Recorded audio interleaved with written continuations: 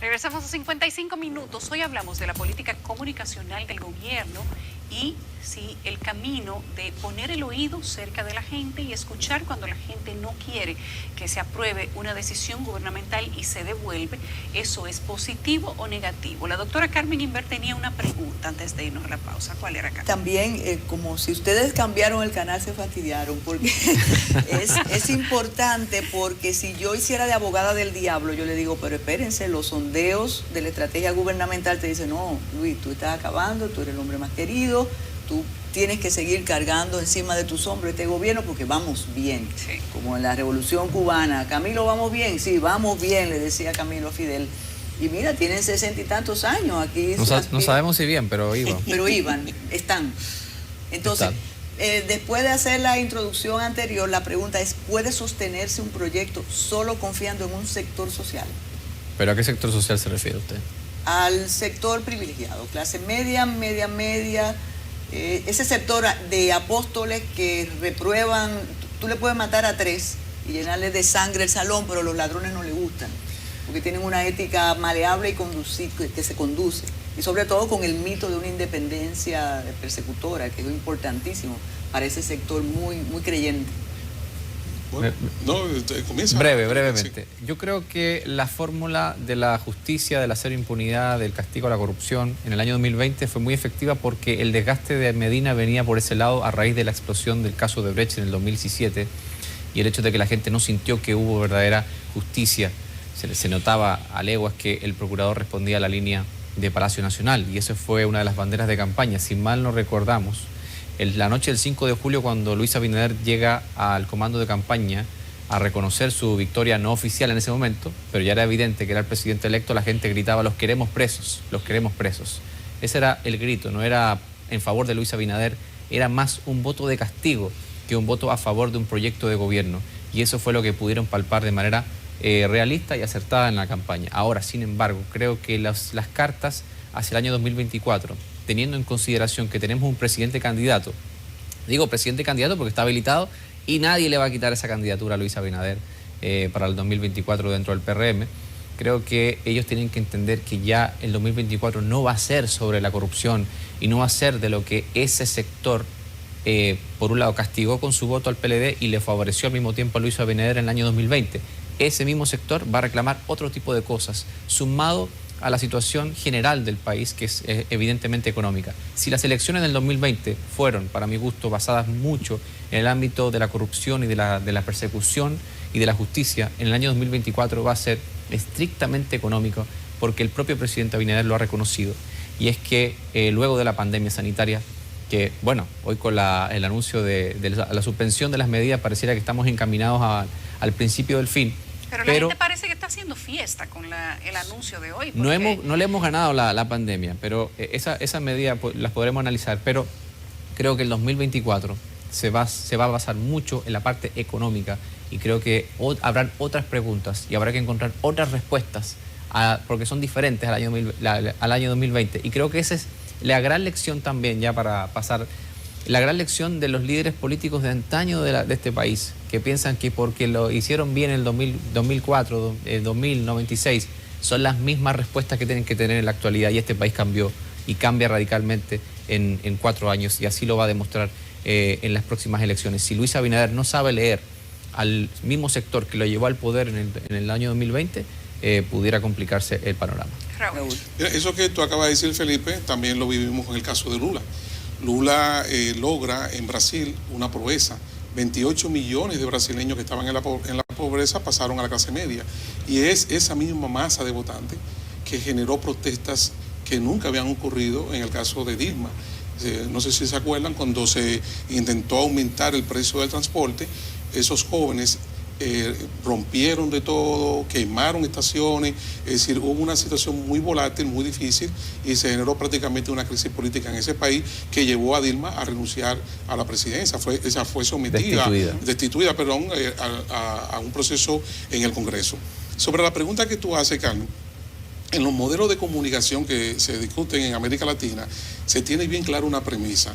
En comunicación política, y esto expresado a nivel de gobierno en comunicación gubernamental, se procura la generación de consensos. Es decir, un gobierno para tener una estabilidad política y por ende que eso permea a toda la sociedad con una tranquilidad para los negocios y que la gente tenga paz social, obviamente los gobiernos deben apostar a generar consensos. Y los consensos, Carmen, no se logran con un solo sector. Es decir, estamos hablando de que los gobiernos tienen que atender demandas sociales que incluyen a todos los sectores de la sociedad. Fíjate que Felipe te preguntaba a qué sector, cuando tú hacías el planteamiento inicial. Entonces, repito, Yulisa, los gobiernos deben procurar esa meta que, al decir, por ejemplo, de un autor como Riolda, se construye toda una narrativa que se llama mito de gobierno. ¿Cuál es el mito de gobierno que recordamos como legado de cada gobernante? Bueno, es su accionar en términos de prioridad. Por ejemplo, Felipe ha hablado de los gobiernos de Danilo Medina y todos recordamos todo lo que hizo como mito de gobierno esa gestión de la llamada revolución educativa, la construcción, sorpresa. La visita sorpresa, son parte de esa narrativa de lo que se denomina mito de gobierno.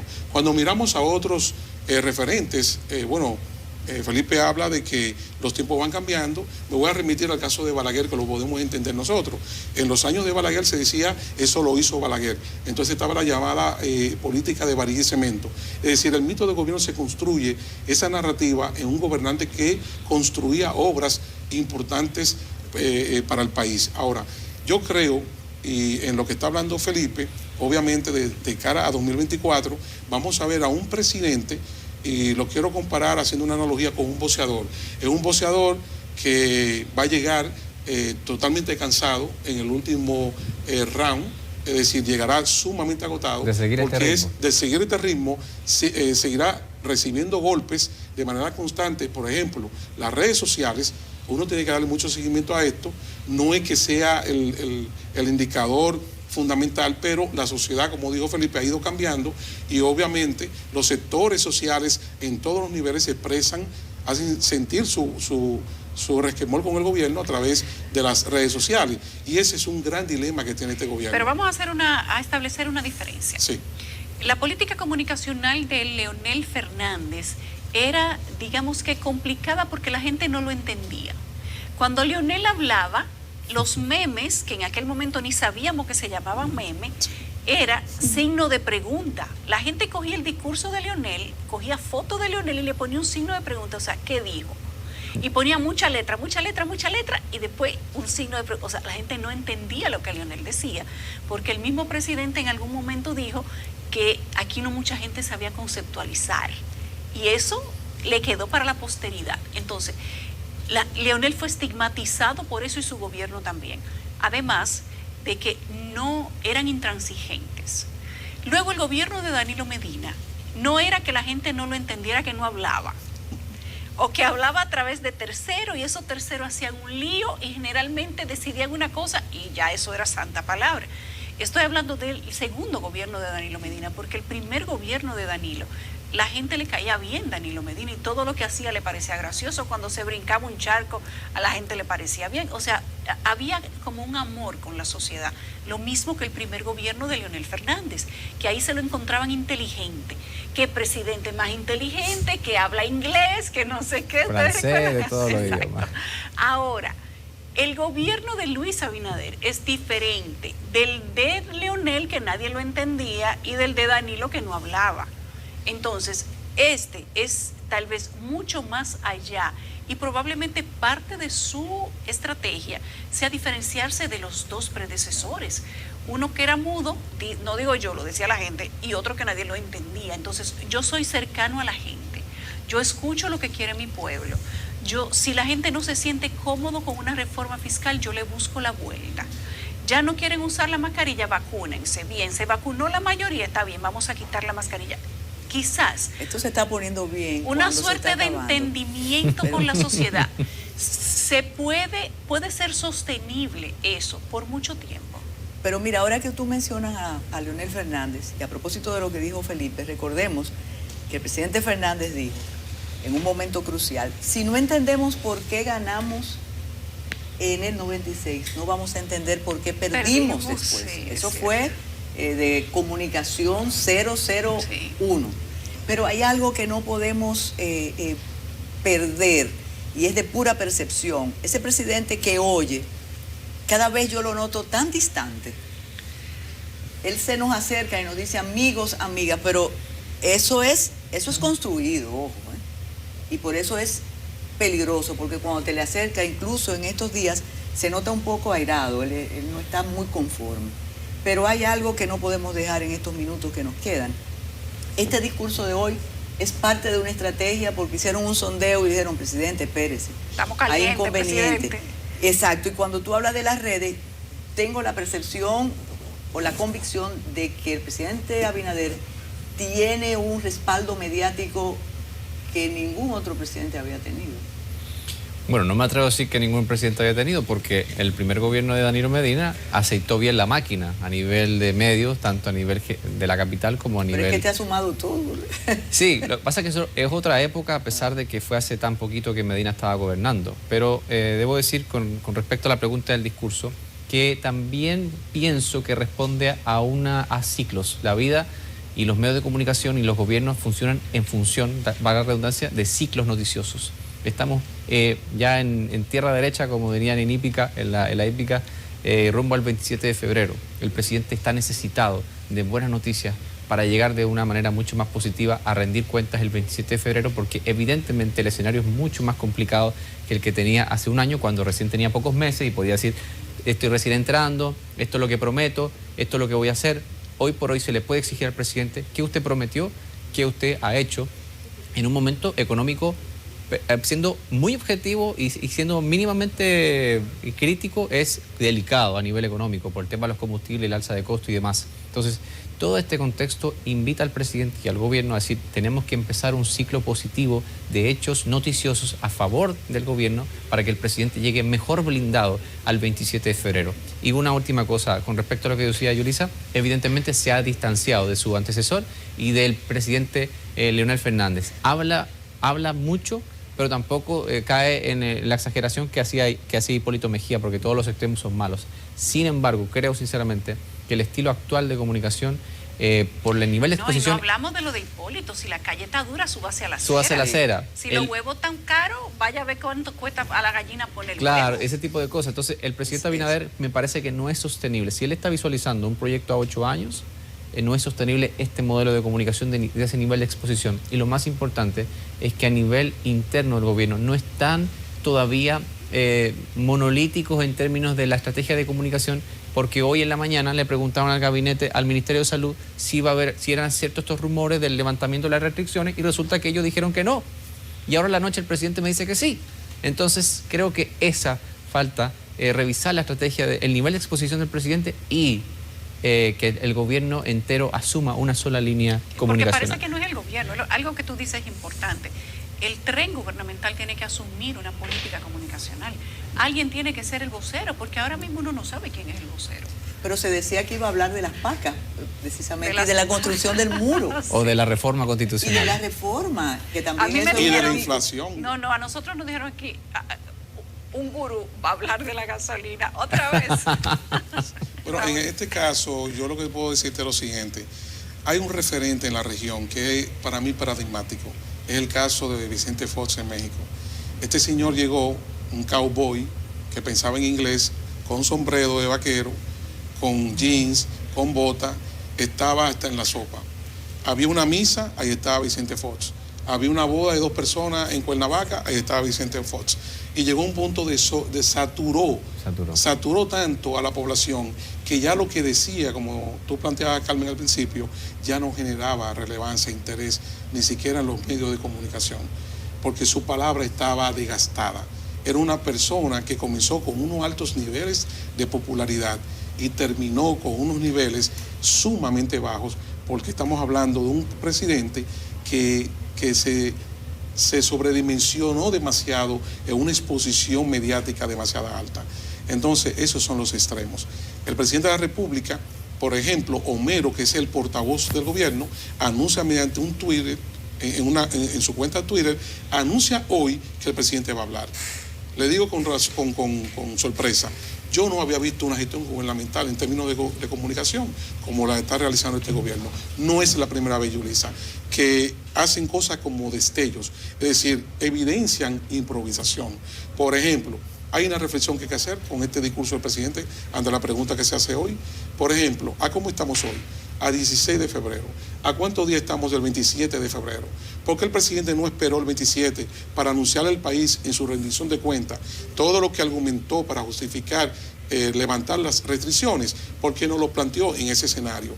Ojo, un dirigente de la oposición le hizo una sugerencia sana al presidente. Le dijo, presidente, sea más sosegado, despache, siéntese en su despacho. Y esta es una versión moderna de Hipólito Mejía.